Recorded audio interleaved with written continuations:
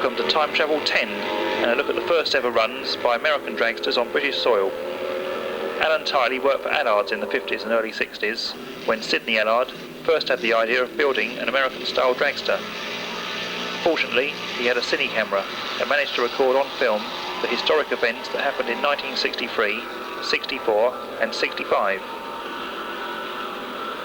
The 354 Chrysler-powered Allard dragster was built at Allard's in 1961 and appeared in the March 62 issue of Hot Rod magazine.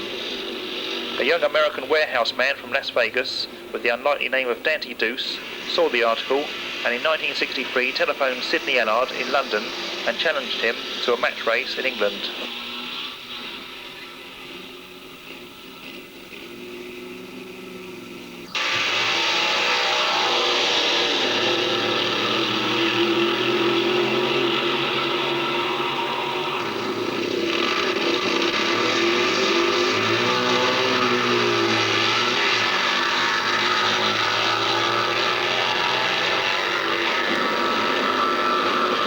The Allard dragster had found little competition at British straight-line events. Nobody, it seemed, wanted to spend all that money to produce another big dragster just to shut down Sidney Allard, and it was left to a motorcycle, Super Nero, in the hands of George Brown to match the 10.48 second best quarter-mile time recorded by the Allard car. Allard's attempts to get American-style drag racing off the ground looked like succumbing to a combination of British conservatism and sheer practicality, but then came the call from Las Vegas. The fact that Deuce didn't have a suitable car of his own didn't seem to matter. He wished to challenge Sidney all the same, and before you could say Mooneyes, Deuce had persuaded leading speed equipment man Dean Moon to loan him his 600 brake horsepower blown Chevy gas dragster to make the trip to England. Sponsorship from Revel Kits and Mobile Oil added some finance to the operation, and so in September 1963, the first American dragster and crew arrived on British soil. A well-turned-out car was expected, but no one was prepared for the white Stetsons, trousers and shirts sporting the now familiar yellow Mooneyes emblem, worn by Dean Moon and his team. The Speed Equipment Manufacturers of America had donated an impressive trophy for the winner of the series, first round taking place at Silverstone.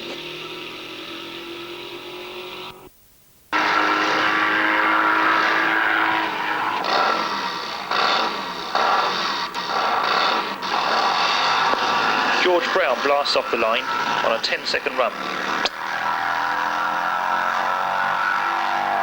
Sidney Allard brings out the Allard dragster for a run. Dante Deuce makes his first run in Mooneyes as supercharger man Chris Shorrocks puts his fingers in his ears.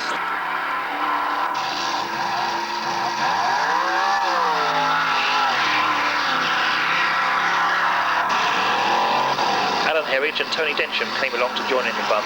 Herridge's dragster was powered by a straight 8 Buick, while Densham's Warden dragster used a blown 1500 Ford. Bearded sprint man Dennis Jenkinson helped stage the Allard-prepared Allardettes, forerunners of the Dragoon Anglia.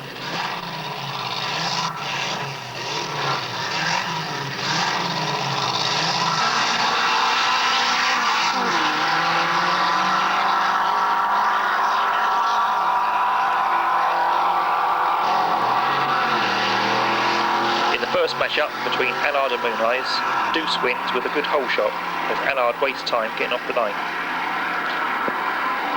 Allard wins the second match-up, but watch Mooneyes as the chute pops, the front wheels come off the ground.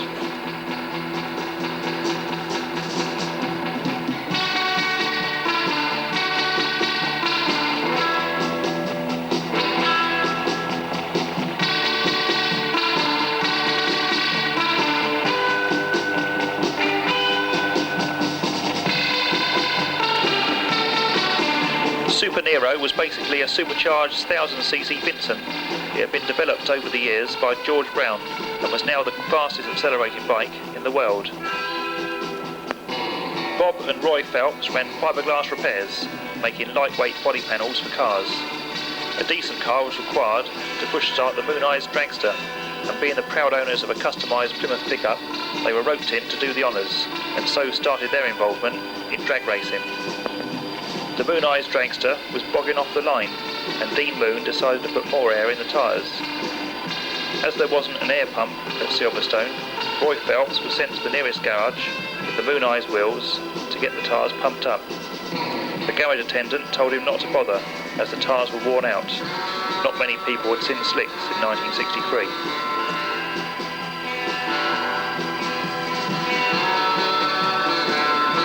Deuce then smoked to a 948 ET at 166 miles an hour, the fastest seen outside America at that time, and probably the most rubber smoke ever seen at Silverstone at the time as well.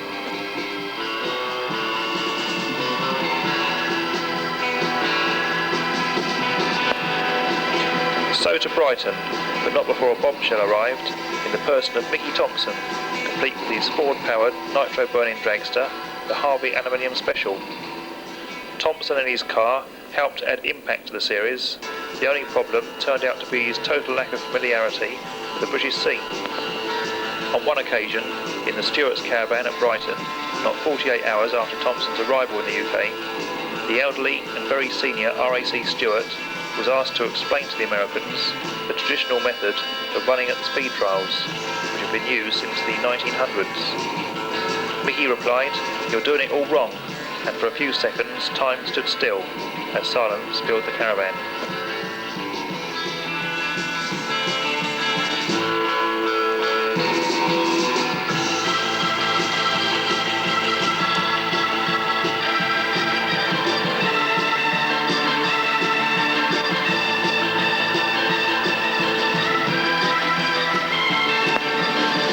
Seeing what was before them, the RAC officials ruled that only mild demonstrations would be allowed. The uneven surface and close proximity of the English Channel on one side and the Regency Brighton on the other made the course unsuitable for full power runs, but both Deuce and Thompson did their stuff without regard to life or limb. A combination of smoking tyres, wheel stands, bobbing chutes and hay bales set alight by Thompson's exhaust delighted the 30,000 eager spectators. For many, the Brighton speed trials would never be the same again.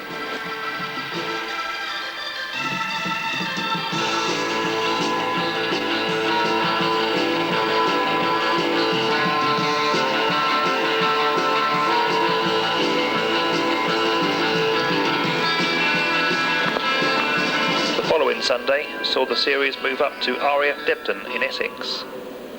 The event was not open to the public, but 5,000 people took their way past astonished RAF police to line the quarter mile.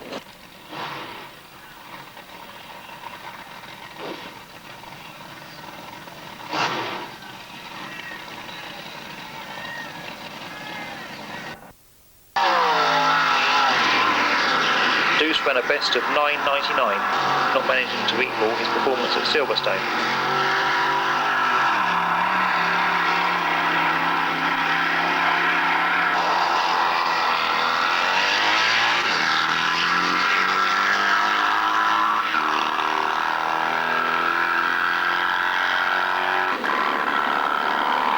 Thompson was keen to go for 250 miles an hour in the standing half mile, but was talked out of doing it by the officials as they thought it was a totally impractical proposition for Debden, which might well have ended in tragedy.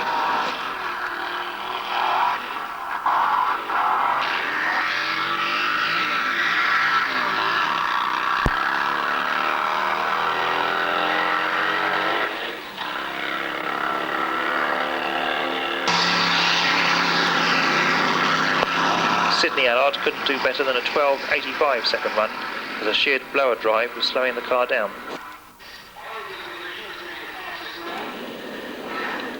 To top the day, Deuce eventually agreed to a match race with Thompson, though he knew his 6 litres of petrol-burning Chevy was no match for Thompson's 8 litres of nitro-burning Ford.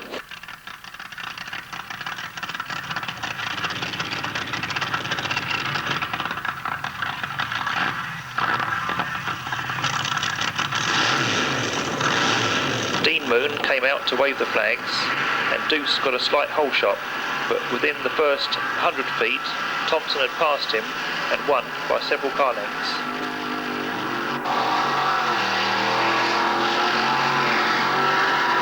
Tony Densham in the Warden challenged Allard, but got beat easily, even though the Allard car wasn't running well.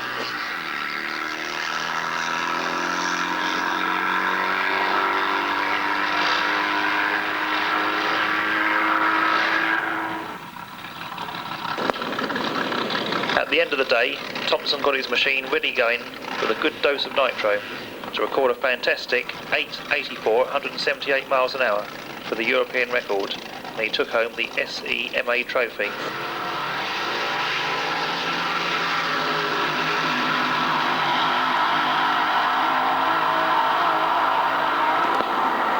George Brown and son Anthony posed for photos with Mickey at the trophy presentation.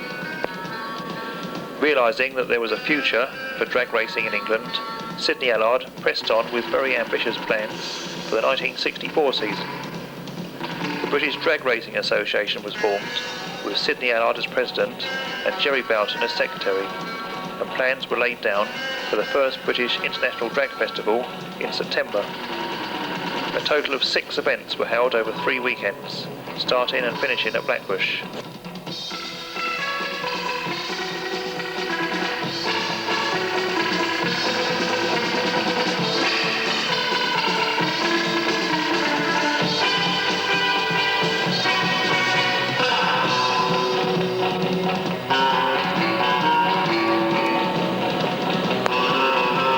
Deuce arrived a week early, entering the Brighton speed trials with a Shelby Cobra and a blown Chevy-powered, Delvin-bodied Moonbeam sports car, with which he recorded top time of the day over the kilometre in 21.95 seconds, although the course record of 21.69 set by Chris Summers remained intact. On to Blackbush. TV Tommy Ivo had brought over the Valvoline Special Top Fuel Dragster.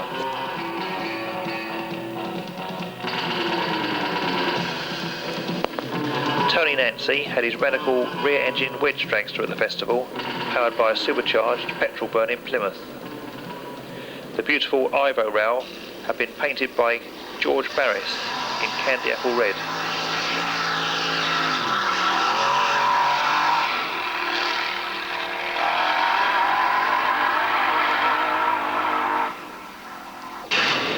Tommy Ivo screws down the valve covers on the 392 Hemi.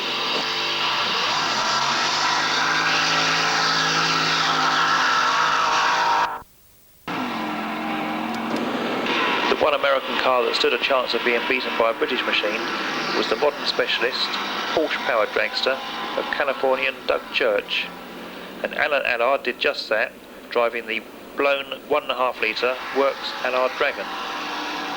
Oh yeah, this guy turned up as well, fresh from his victory at Indy, Big Daddy Don Garlitz, with the Winds Jammer building the programme as America's #1 dragster. Ronnie Socks brought his factory experimental Mercury Comet from North Carolina to take on Dave Strickler's Dodge. 20,000 people turned up at the first round at Blackbush to see what this drag racing business was all about, as Dave Strickler beats Ronnie Socks with an 11.78 125 miles an hour to Ronnie's 11.84.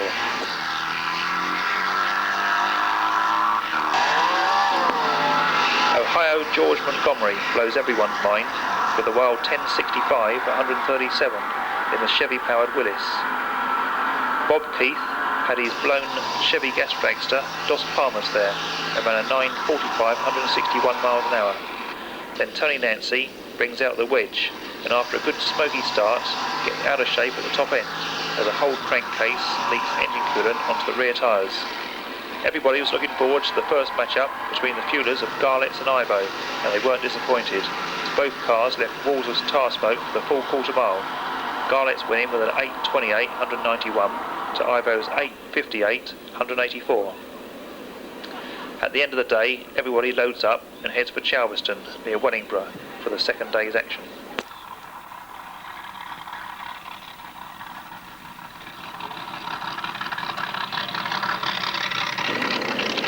Tommy Ivo wakes up the crowd with an early morning 9.24 warm-up run.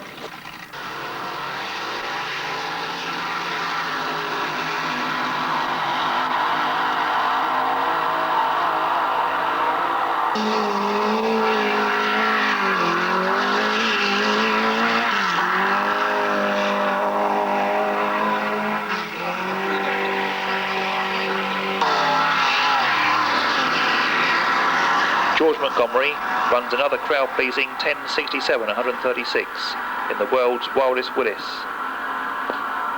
British Hot Rod Association man Peter Bartlett used his 57 Chevy as a push car.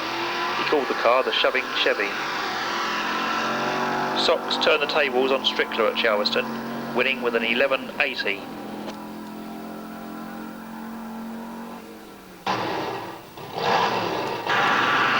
Garlett's comes out and records an 8.63 at 187 miles an hour.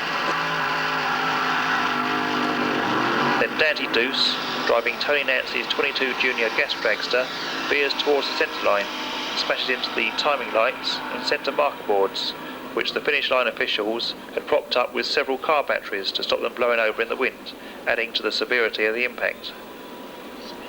The beautiful white dragster was nearly written off, and Nancy was not amused. Deuce emerged shaken but unhurt, his injuries to remain a secret between him and his laundryman. Winding up the day's excitement was another Garlett's Ivo matchup, with Big Daddy again ahead with an ET of 8.74 to Ivo's 8.98.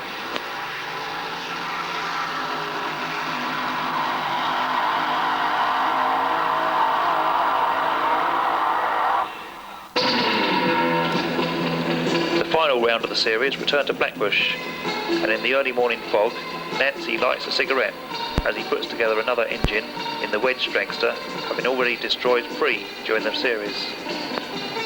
Over 30,000 spectators had gathered at Blackbush for the finals day, and they weren't to be disappointed.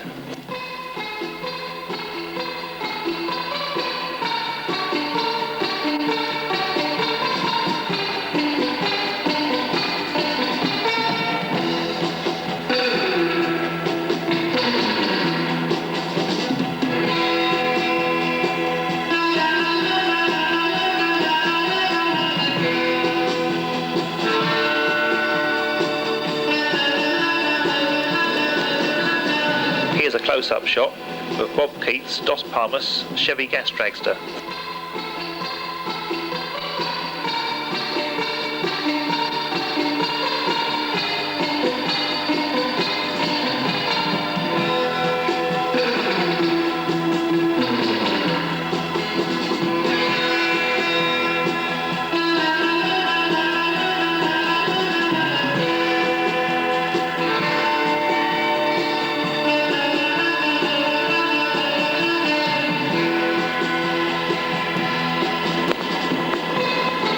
Ivo gets suited up for another run.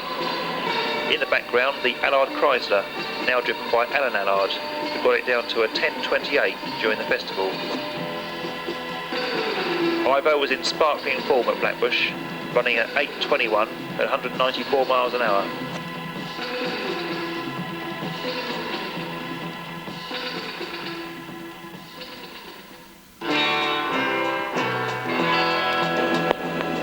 Garlett's doesn't look too worried when he hears about Ivo's quick time. One of the 2 American bikes at the festival was Don Highland's Parasite, powered by 2 Triumphs.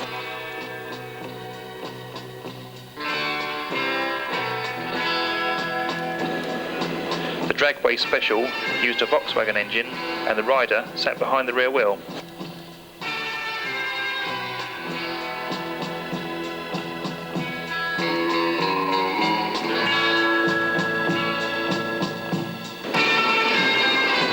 K.S. Pittman had a few problems during the first few meetings, but had got it all together by the Blackbush finals meet. Unlike Montgomery, Pittman used Chrysler Hemi power.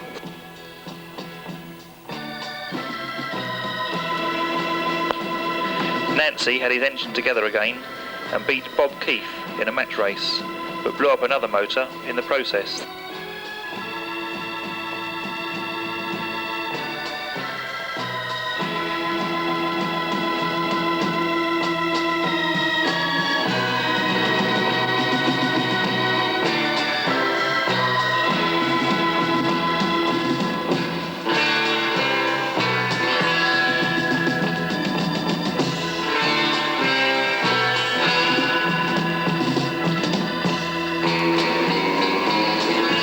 Runs a solo 8.12 for lunch, Then in the final race of the series, Ivo pulls an excellent hole shot and wins with a slower 8.27, 191 miles an hour to Garlett's 8.19, 196, leaving unbroken lines of smoking rubber on the Blackbush surface. Allard picks up a trophy for the best performance by a British dragster as he talks over the festival with Tommy Ivo. 1965, and plans were made for a second international drag festival. This time, only 3 rounds were to be held, the first 2 at Blackbush and the third, the following Sunday, at Woodvale. The scene was set for an even more ambitious undertaking than the previous year's spectacular. No less than 8 top American fuel dragsters and their teams were brought over. Unfortunately, no one told the weathermen, and for the first 2 days at Blackbush, it rained. Bob Keith, Tony Nancy, Buddy Courtines, Danny Ungaius, Chuck Griffiths, Nick Colbert, Merrick Churtko and Gary Cassidy all had their top fuel dragsters at Blackbush, complete with their impressive box trailers.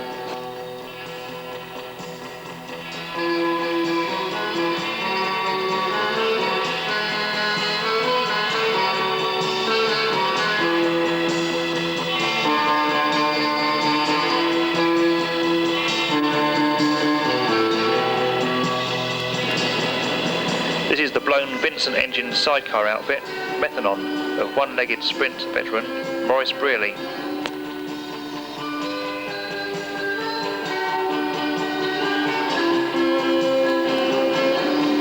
The J.A. Pierce stable had brought along 2 Ferraris, but they were beaten by slower cars as they fought for grip off the line in the wet.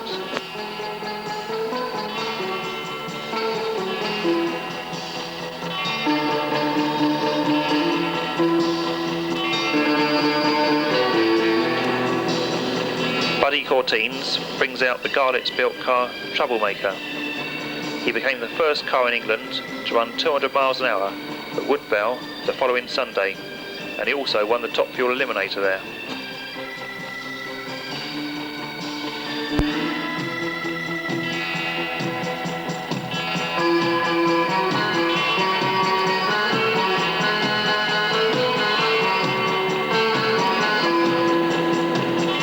Was now running in top fuel and was keeping his dragster dry in the huge tent put up for the American dragsters, as was Tony Nancy, who had rebuilt 22 Junior after its Charleston crash and fitted it with a fuel motor.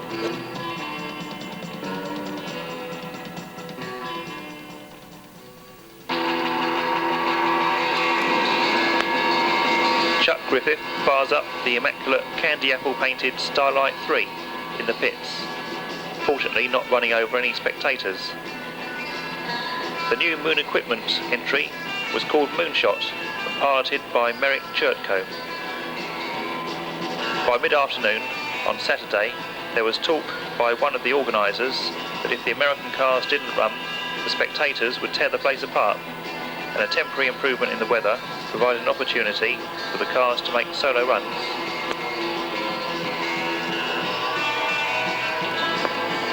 This is Gary Cassidy's 400 Junior and was unusual in that it used Chevy power, unlike all the big bad Chrysler Hemis.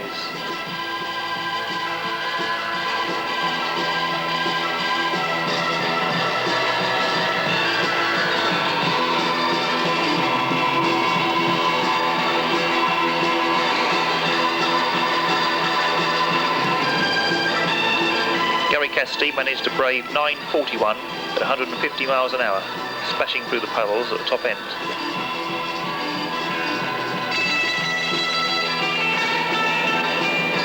Then Alan Allard, in the new Allard dragster, runs a 10.45, 156 against Dos Palmas, who fouls on the line.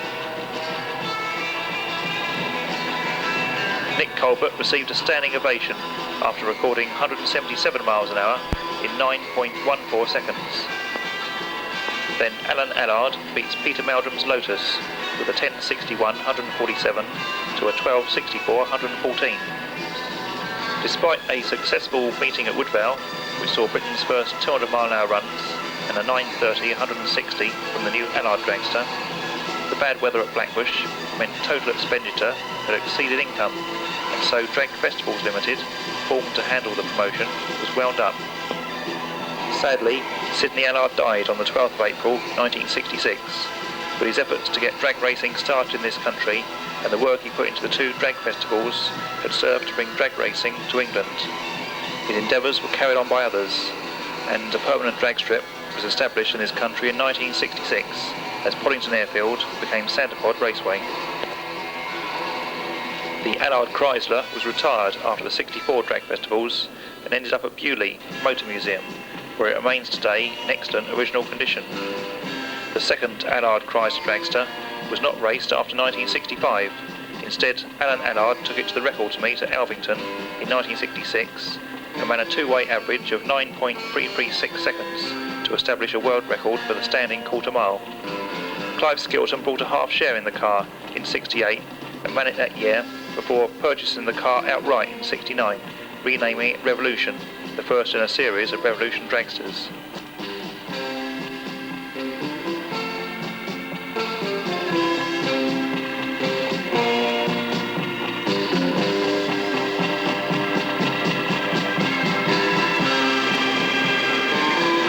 The Mooneyes dragster now resides in Florida at Don Garlett's Drag Racing Museum, along with the Winds Charger and Moonbeam. A replica of the Mooneyes car has been built, which now competes at nostalgia drag racing events in America.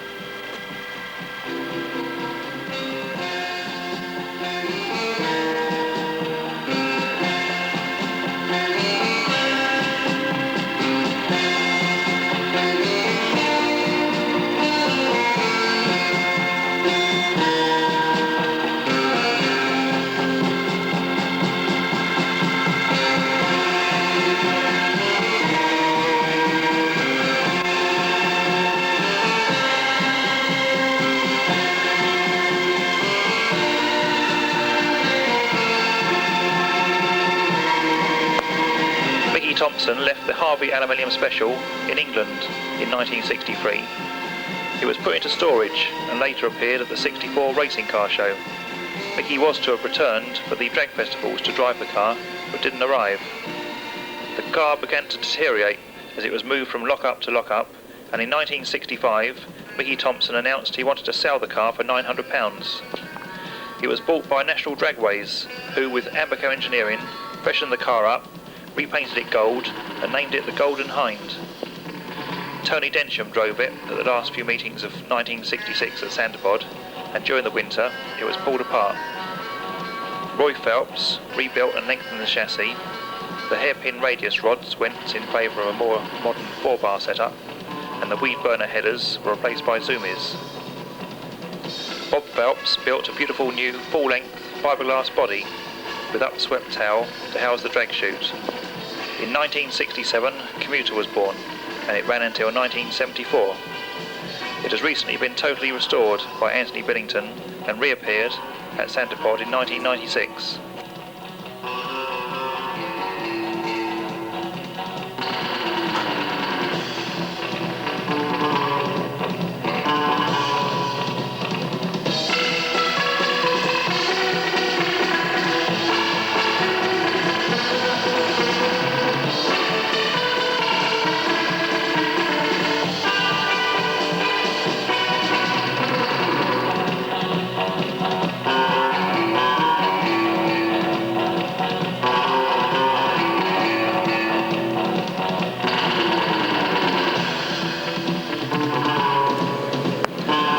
Keith's Dos Palmas gas dragster was purchased by a British team in 1965, consisting of Bruce and John Ropner, Norman Barclay, Jerry Boughton and Peter Godley.